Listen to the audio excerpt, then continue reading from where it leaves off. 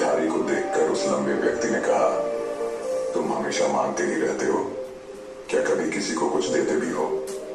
भिखारी बोला, साहब मैं तो भिखारी हूँ, हमेशा लोगों से मांगता ही रहता हूँ, मेरी इतनी औकात कहाँ कि किसी को कुछ दे सकूं। लंबा व्यक्ति बोला, जब किसी को वह लंबा आदमी ट्रेन में बैठकर चला गया। इधर भिखारी उसकी कही गई बात के बारे में सोचने लगा। उस लंबे व्यक्ति के द्वारा कही गई बात उस भिखारी के दिल में उतर गई।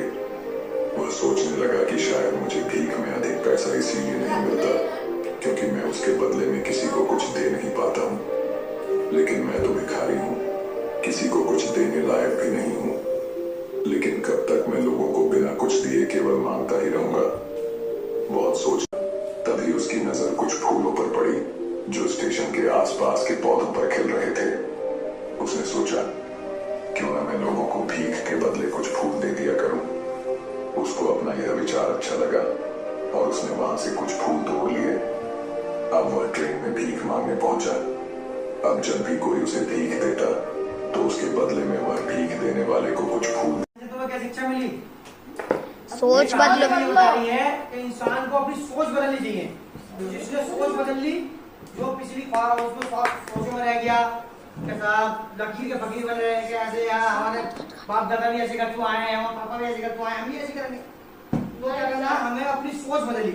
इसने क्या, इस कहानी में क्या हुआ, उसने सोच बदली अपनी, इसने सोच बदली, भिखारी ने, मेरी इतनी औकात, इस भिखारी ने अपनी सोच बदली तो उसकी क्या जिंदगी बदल गई।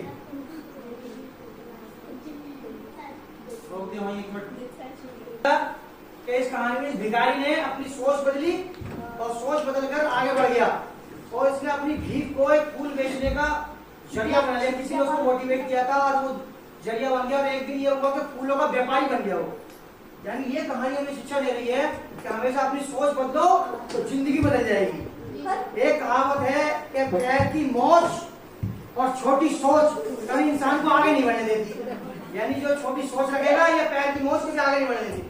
इसलिए हमें हमेशा बड़ी सोच और अच्छी सोच रखनी चाहिए और जिंदगी आगे बढ़ना चाहिए। कैसे नहीं कहानी?